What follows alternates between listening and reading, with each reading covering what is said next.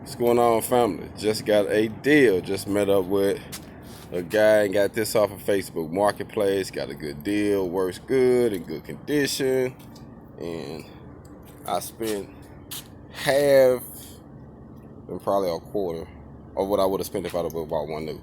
And I'm still gonna get, I know it's gonna get some work out of this one, you know what I mean? So I'm gonna utilize this, you know what I mean, with the rest of my stuff so I can finish, you know, with my small fabrication, because it don't take a lot with the little small stuff I do. And once I get ready to get the other setup, I'm gonna have the bigger saw, which I probably just gonna buy that one. It's like $4 something, you know, for the bigger one. But this is plenty what I need. Damn good deal. So I was able to kill a couple birds with one stone. Just got back in. Right now I'm trying to get a few things organized and assembled so I can be able to get some work done, man. So most definitely I am utilizing my downtime, man, getting my hog on. Black Phoenix.